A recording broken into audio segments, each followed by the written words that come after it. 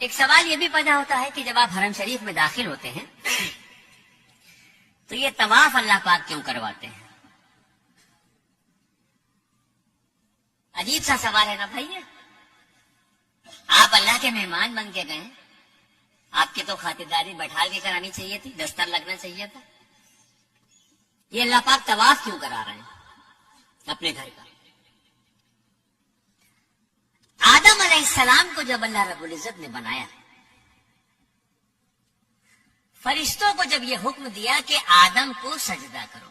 اللہ رب العزت نے آدم علیہ السلام کا اور فرشتوں کا ذہنی اعتبار سے مقابلہ کروایا, اور اس ذہنی اعتبار کے مقابلے میں آدم علیہ السلام کی جیت ہوئی, اور فرشتوں نے 7ویں آسمان پہ بیت المعمور کے نام سے اللہ کا ایک گھر ہے اس کا طواف کیا.